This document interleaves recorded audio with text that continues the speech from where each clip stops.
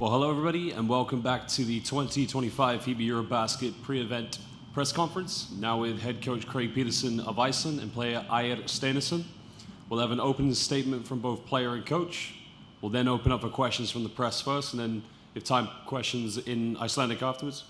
Coach, welcome to Katowice. Just an opening statement, how you feel this tournament will go for you and your team, please. First of all, I want to say that I think we've prepared well. We've had good preparation games against teams that I think play the style and are the size of the teams that will be playing here.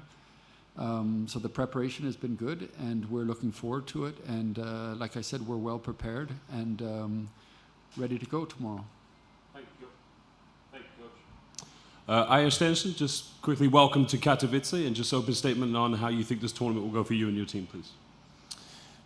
We're super optimistic about how this tournament is going to be. We understand also the difficulties and the type of basketball you have to play to able to, first of all, just to win a game.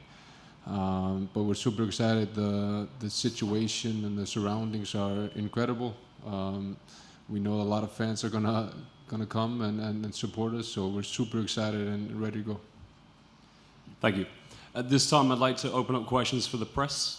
First of all, if we could just make sure our mobile phones are on silent. If you would like to ask the questions, please state your name and the media outlet you're representing. Cesare first. Hello, Coach. Hello, Ægir. Welcome to Katowice. Good afternoon. Wins at this stage could be massive, especially for a small nation like Iceland.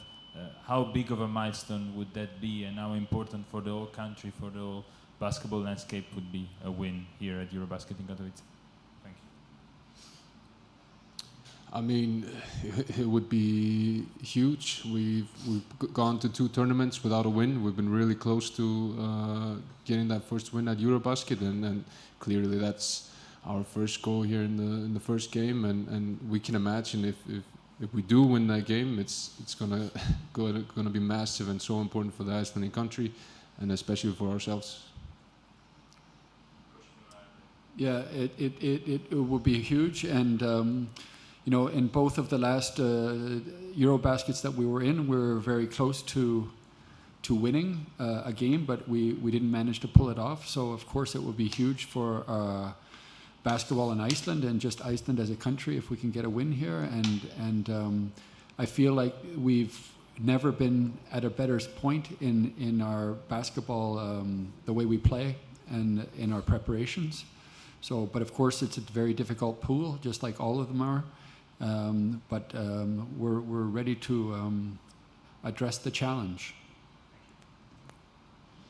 Jakub Wojciński, Przemysł Sportowy Poland. There are hundreds of fans from Iceland coming here, so how much of extra power does this support give the team during the EuroBasket? Well, the support in both in Berlin and in Finland was unbelievable, and I believe that the support here will be just as big, and it means a lot to the players, and it means a lot to the atmosphere of the whole tournament, that the Icelandic fans travel and enjoy themselves so much, and support the team so much. It's felt down in everybody's heart, and it's going to be a great privilege to play in front of them again tomorrow. Yeah, it's kind of interesting with the Icelandic fans that they are not really fans. Every single one of them are like a family member, so you basically know every single one of them. So knowing that your family and close friends are going to be there and supporting you, it's going to mean a lot, and it's going to give us a lot of energy, which we're going to need to pull off a win. So it's going to be incredible. Martin Baučnik, Sport Club Slovenia. I would like to ask you about the player that is not in your squad. His name is Jaka Brodnik. He was part of a preparation period. What can you say about him? What was his role? Who? Jaka Brodnik. Jaka. No, Jaka. No, sorry. His role for example, he just became an Icelandic citizen literally 1 week before we started practice. So we wanted to bring him in to have some backup as a forward or a small center. He did very well, but the initial plan with him was, for example, to prepare him a little bit for our windows in November and February, bring him in to get used to the players a little bit, and develop some chemistry with them, but also as a backup if some injuries came along and we perhaps needed him for EuroBasket. But he was very good in practice and I think developed a good chemistry with the group right away. So we have the possibility to use him in the future. For both of you, 10 years ago in Berlin, perhaps the coach remembers that when the team first walked on the court for the first official practice, everyone took like the first 5 minutes to marvel at the atmosphere. It was such a great event for everyone, the team to be playing the first EuroBasket. Now 10 years later, it's become something of a routine for Iceland, such a small nation, to play at EuroBasket. When you look back at this process, what are the things that each one of you is most proud about? Yeah, it's a very good point. I mean, you don't get used to it. You try to be thankful for the opportunity that you get to play at this kind of level for this, you could say, small nation in terms of basketball. So every time, I think this is our third time here, and every single time that you step on the court, you have to take it in. It's overwhelming, and you try to make sure that you're going to enjoy this moment. It might never come again, and I think that's the whole point of it.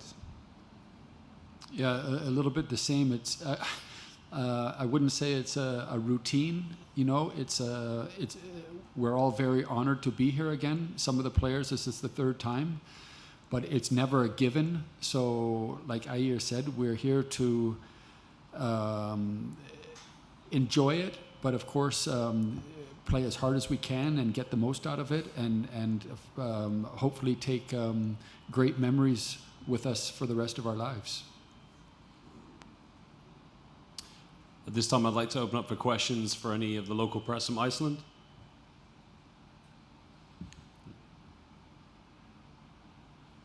Coach, just one final question from me, of course.